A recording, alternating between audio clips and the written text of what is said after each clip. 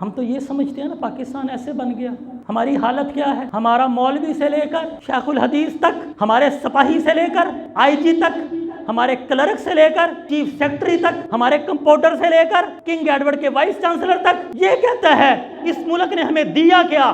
میں آپ سے پوچھتا ہوں، آپ بھی اپنے آپ سے پوچھئے، میں بھی اپنے آپ سے پوچھوں، میں نے اور آپ نے اس ملک کو کیا دیا ہے؟ آج سے 30 سال پہلے آپ جتنے احباب بیٹھے ہوئے ہو، 30 سال پہلے ذرا اپنی حالت تو دیکھ لو، 40 سال پہلے کی ذرا اپنی حالت تو دیکھ لو. میں اگر بتاؤں میں اس گاؤں کا رہنے والا ہوں جہاں پہ ہمارا گھر کوئی نہیں ہے، میں کہوں مجھے اس ملک نے کچھ نہیں دیا. 2 مسجدوں کا میں خطیب ہوں، ایک مدرسہ چلا رہا ہوں، 150 طالب علم قرآن پڑھا رہے ہیں، یہ مفت میں نہیں ہو رہا، یہ 3 لاکھ کا ماہانہ خرچہ ہے، تو میں کہوں مجھے اس ملک نے کچھ نہیں دیا. آپ کے ساتھ بھی ایسا نہیں؟ ہم آپ آباء و اجداد کو دیکھیے تو صحیح، ایک لنگی تھی. یہ سیٹلر ٹاؤن 1970 کے اندر وجود ہی نہیں تھا. آج 3 کنال کی کوٹھیاں اس میں رہ رہے ہیں. کہتے ہیں ہمیں اس ملک نے دیا کیا؟ کالم نگار کالم نویس ہے، ڈپٹی کمشنر ریٹائر ہوتا ہے اور اس کے اوپر لکھتا ہے اس ملک کے حالات اتنے برے، اس ملک کے اندر یہ ہو گیا. اور ظالم آدمی 35 سال 3 کنال کی کوٹھیاں چرا کے ابھی بھی کہتا ہے اس ملک کا یہ بیڑا غرق ہو گیا. اور کیا کس نے؟ میں فرد لینے جاتا ہوں 50 روپے کی فرد، مجھے 1000 روپے کی ملتی ہے. میں تھانے جاتا ہوں، جب تک پیسے نہ لگاؤں میری درخواست لکھی نہیں جاتی، میری بجلی خراب ہو جاتی ہے.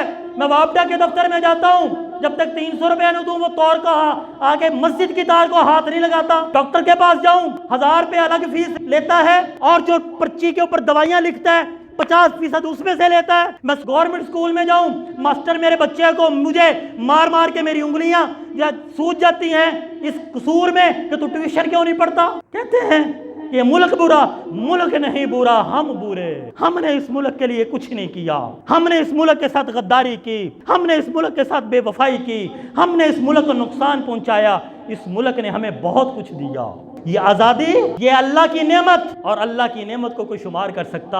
اور یہ ملک اللہ کی نعمت ہے. یہ نعمتیں، اس کے اندر لکھنی ہوئی راحتیں، اس میں دولتیں، اس کی وجہ سے جو ہمیں عزتیں ملی، اس کی وجہ سے جو ہمیں اطمینان ملا، اس کی وجہ سے جو ہمیں علم ملا، اس کی وجہ سے ہمیں جو قرآن ملا، اس کی وجہ سے جو ہمیں حدیث ملی، اس کی وجہ سے ہمیں گھر ملے، اس کی وجہ سے ہمیں رشتے ملے، اس کی وجہ سے رشتوں کی محبتیں ملی، ہم شمار ہی نہیں کر سکتے. میں اور آپ آج کے بعد یہ نہیں کہیں گے فلانا ملک اچھا، فلانا ملک اچھا، فلانا ملک اچھا. نہیں، میرا ملک سب سے اچھا. اور میں یہ کہوں گا میں نے آج اس ملک کے لیے کیا کیا. میں نے اس ملک کے اندر کتنی ایمانداری کو فروغ دیا، میں نے اس ملک کے اندر کتنی حیا کو فروغ دیا، میں نے اس ملک کے اندر علم کے لیے کتنا کام کیا، میں نے اس ملک میں نداروں کے لیے کتنا کام کیا، میری ذات لوگوں کے لیے اتنی نافع ہوئی. میرے محترم بھائیوں، میرے بزرگوں، میرے دوستوں، ہم بھول گئے اس وطن کی خاطر 9 سال کے بچوں نے قربانیاں دی ہیں. اپنی بہنوں کی عزتوں کی خاطر، ان کی حفاظت کی خاطر اپنی گردنیں کٹوائی ہیں. ایک گھر کے اندر ہندو بلوائیوں نے حملہ کر دیا، گھر کے 41 افراد کو مار دیا. ایک بیٹی بچی 16 سال کی اور ایک 9 سال کا ننھا بھائی بچا. یہ ہندو اور سکھ اس کی طرف لپکے. جب اس نے دیکھا میری بہن کے اوپر یہ ظالم حملہ آور ہو رہے ہیں تو میرے محترم بھائیوں، وہ ننھا بچہ رہ نہ سکا، جا کے اپنی بہن کو لپٹ گیا اور ان کے سامنے مزاحمت کرنی شروع کی.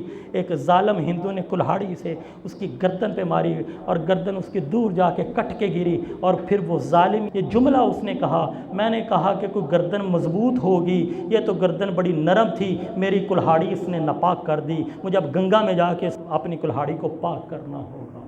اور میرے محترم بھائیوں سنیے، وہ بیٹی ایک عالم دین کی بیٹی تھی، وہ بیٹی مسجد کے امام کی بیٹی تھی. پھر سکھ اس کو چھین کر لے کر گئے اور پھر ایک سکھ نے اس کے ساتھ شادی کر لی اور اس بچی کو سکھ نہیں بنا دیا.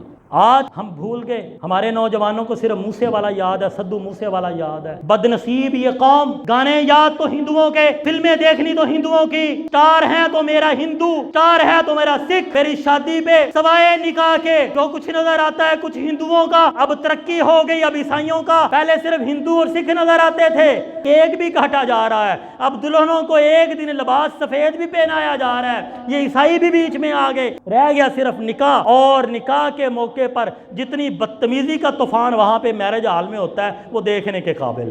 اور ہم مولوی بھی بڑے غیرت سے فارغ 3000 5000 کی خاطر چلے جاتے ہیں. اعلان کر دیں مولوی سارے، اللہ کی قسم ہم نے نکاح نہیں پڑھانا، جس نے نکاح پڑھنا ہے مسجد میں آ کے پڑھے اور مفت پڑھائیں گے۔ پچ جانے کچھے لایا ہوں ایک نال سیکٹری بنایا ہونا، اتنی بے شرمی ہوتی ہے، 5000 دن یعنی نال والے نے بھی کچھ دیو نا، بس بے شرم ہو پہ اللہ سے مانگنا سیکھ ہوئے نہ جا، ناراض ہوتے ہیں یہ تیرے خدا تو نہیں ہے، مسجد سے نکال دیں، نکل جانا، یہ تیرے خدا تو نہیں ہے۔ 2-3 مولوی مسجدوں سے نکلیں گے، قربانی کریں گے، اللہ ان لوگوں کو سیدھا کر کے رکھ دے گا، بس قربانی دینے والا کوئی پیدا ہو جائے۔ عیسائی کہاں نکاح پڑھاتے ہیں اپنا؟ گرجے میں۔ کبھی کسی عیسائی کا بھی میرج ہال میں نکاح دیکھا ہے؟ کبھی کسی عیسائی کا بھی باڑے میں نکاح دیکھا ہے؟ کبھی کسی عیسائی کا بھی حویلی میں نکاح دیکھا ہے؟ یہ مسلمان ہی ادھر چلے جاتے۔ اور اللہ کے نبی کیا کہہ رہے ہیں؟ اپنے نکاح کہاں کرو؟ پھر کون نیت کرتا ہے؟ جس کا نہیں ہوا انشاءاللہ اپنا نکاح مسجد میں کرے گا۔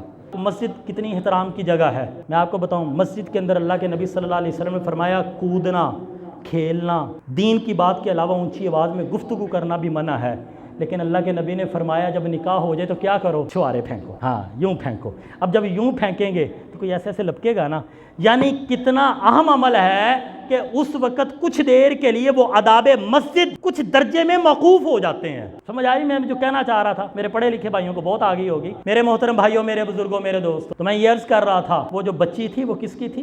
مسجد کے امام کی۔ آج بھی ہندوستان میں بہت سی بوڑھی مائیاں وہ مسلمانوں کی بیٹیاں ہیں جو اس وقت ہندو اور سکھوں کی مائیں بنی ہوئی ہیں۔ یہ وطن ایسے نہیں لیا گیا، خدا کے لیے اس کی قدر کریں۔